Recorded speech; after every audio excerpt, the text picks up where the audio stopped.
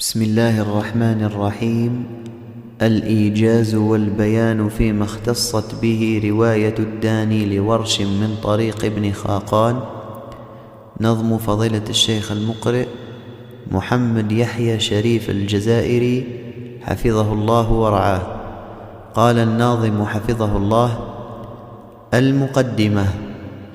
الحمد لله على ما أسبغا من نعمة بها النبوغ بزغا، ثم الصلاة والسلام سرمدا على النبي المصطفى ممجدا، وآله وصحبه ومن حذا حذوهم مخلصا وحبذا.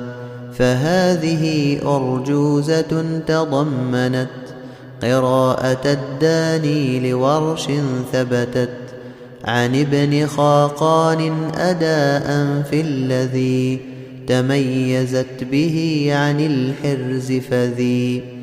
باب البسملة.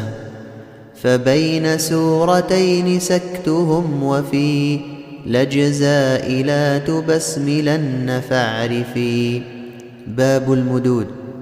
ووسطا كآمنوا آلان مع عادا لولا وكشيء لا تدع، سوآتهم أيضا بلا خلف وقع في كلها فكن مع الذي اتبع. وفي يؤاخذ قصرا والخلف في عين توسطا ومدا فاقتفي.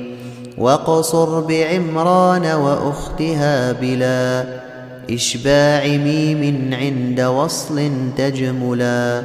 وفي سكون الوقف مد مشبعا عن أهل مصر فلتكن متبعا.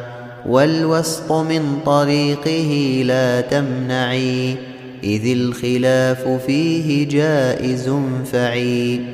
باب الهمزتين من كلمة ومن كلمتين. حال اتفاق الهمزتين أبدلا ثانيهما مدا وعنه هؤلاء، مع البغاياء بكسر الزمن والواو مع ضم بأولياء زن. والجزر نص على إهماله لكونه مخالفا لشرطه.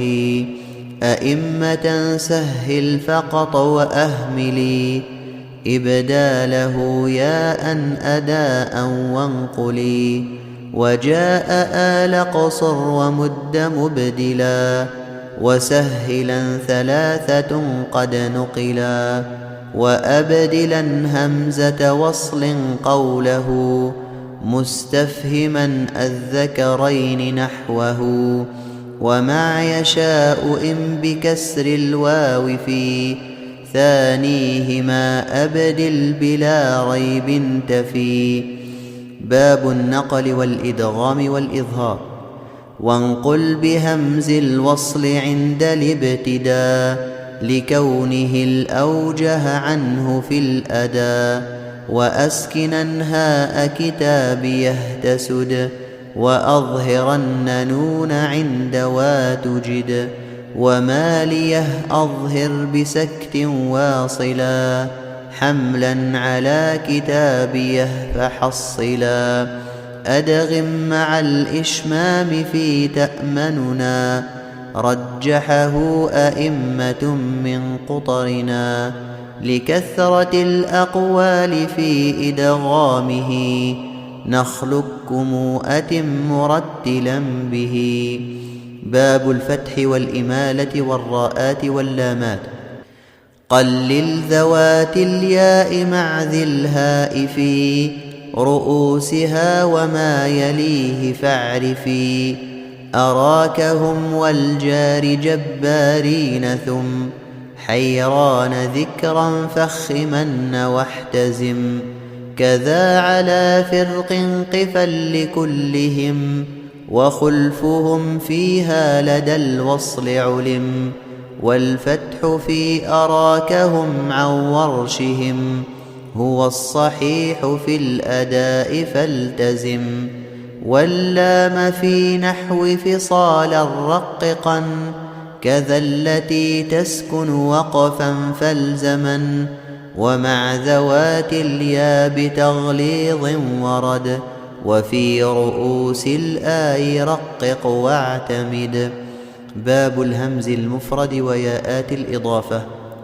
وسهلا رأيتم مستفهما كذاك فيها أنتم معلما ويا ومحياي فسك واخضعي إذ فتحه عن نافع لم يرفع.